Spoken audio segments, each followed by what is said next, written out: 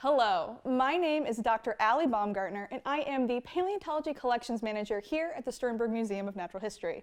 And though my day job is taking care of fossil animals, today I'm going to be talking to you about something a little bit closer to my heart: plants.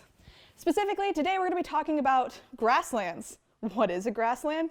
Why are there grasslands? And why is Kansas a grassland? So what's a grassland? Honestly, it's pretty simple. A grassland is a land that's mostly grass. So what does that even mean? So grasses are a specific type of plant. They are monocots, meaning that when they're babies, they only have one single first leaf. And they are angiosperms, meaning that they're flowering plants. And grasses don't quite have the kind of fruits or flowers that you would expect. Did you know wheat, what we eat? That's a fruit. Corn, that's a fruit. But I already talked about that. So grasslands are actually really common on the planet. There are grasslands that cover about 30 to 40% of the terrestrial land area. That's a lot. If you're thinking about grasslands, you're probably thinking about Africa.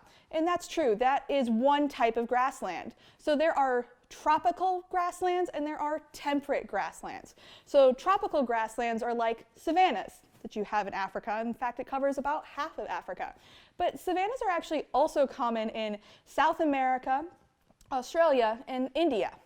So places where you would expect to find a savanna, they tend to have pretty high temperatures and moderate to low precipitation.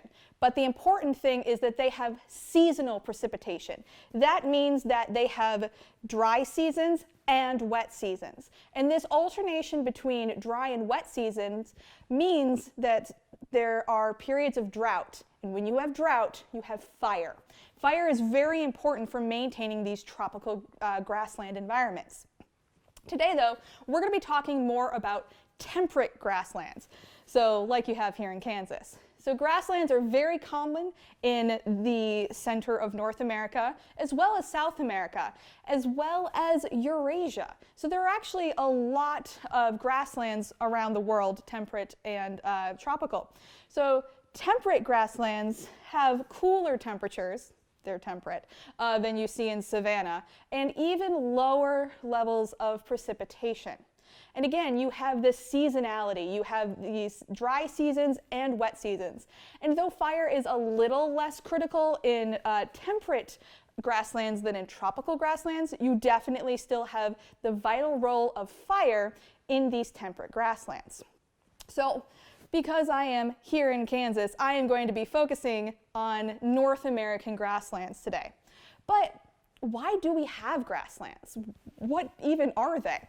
So grasslands are actually the youngest terrestrial biome. I'll say that again.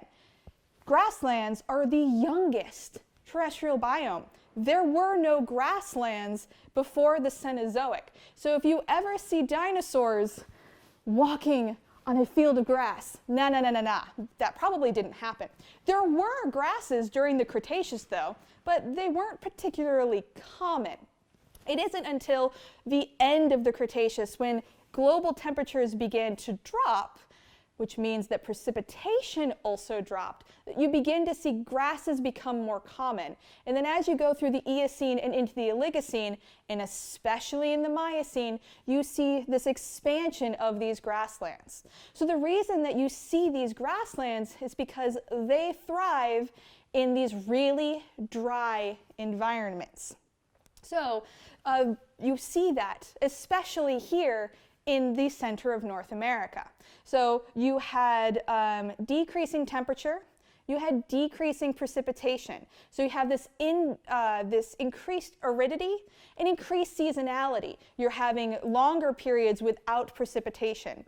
And then very importantly, during the Oligocene and Miocene, we see this uplift of mountains. The Rocky Mountains are actually very young mountains. And so it wasn't until we see in the Eocene, in the Oligocene, in the Miocene, these mountains rising that we begin to see the spread of these grasslands in this dry continental interior. And I also want to stress that the orientation of the continents really plays a big role in whether or not you have grasslands there. If you think about the northern hemisphere, the continents are mostly arranged east to west. They're very wide continents. If you've ever tried to drive across North America, you know it is a very wide continent. But think about Eurasia. You go all the way from Europe all the way to Asia. You're covering half the globe just in a single continent. But if you think about southern hemisphere continents, they tend to be much taller. South America is very tall. Africa, very tall. And so they lack these dry continental interiors that are essential for having the Great Plains in North America or the steppe in Eurasia. So let's talk about why Kansas specifically is a grassland. Because let's be real, Kansas is pretty famous for being flat and covered in grass. So fields of grass, we talk about how it looks like a sea of grass, and that's very true. And part of the reason we have this sea of grass in Kansas now is because we used to have an actual sea of water over Kansas. So the limestone flattened everything out. We have what was once a seaway in the middle of the continent. And honestly, if you look at a map of the Western Interior Seaway and a map of the Great Plains, they're pretty close. So you have the rise of the mountains, and that is the main thing that is driving these grasslands. So there are 3 mountain ranges between Kansas and the Pacific Ocean, which is where our weather is coming from. So the clouds will pick up the moisture from the Pacific Ocean, and as they go over each set of mountains, they lose more and more. So we are in a rain shadow. By the time that the clouds get here, they don't have a whole lot to give us. And so the type of grassland that you have is really dependent on the amount of moisture that you have. So in Kansas, we have 3 different types of grasslands. In the eastern part of Kansas, we have a tall grass prairie. The middle third of Kansas is a mixed grass prairie, and then the western third of Kansas is a short grass prairie. And the differences between the 3 are basically what it says on the tin. The tall grass prairie has the tallest grass. Some of the grass in the tall grass prairie can be upwards of 6 feet tall.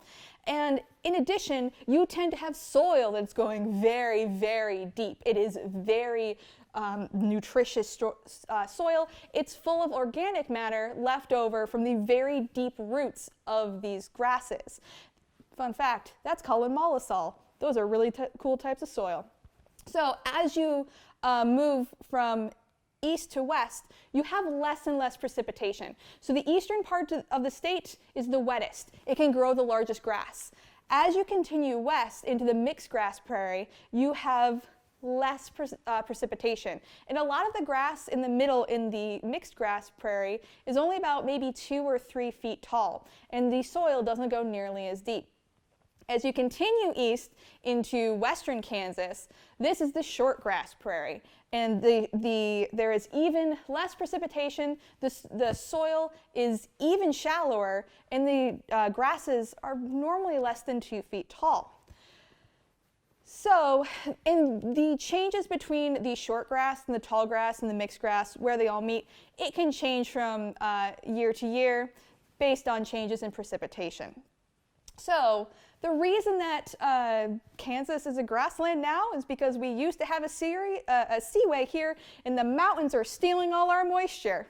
So, I hope that you enjoy the current seas of Kansas and give the grasslands a little bit more appreciation, because they're the new kids on the block. They're still learning how to be an environment. So thank you for letting me talk to you about plants, and I'll see you next time. Thanks for joining us in A New Way to Museum with the Sternberg Museum of Natural History. If you enjoyed this video, like it and subscribe to our channel. Hit the bell for notifications when we release a new video. Support us on Patreon for early access and exclusive content. You can also follow us on all our social media. Links are found in the description. Thanks for watching, and follow your curiosity to new discoveries.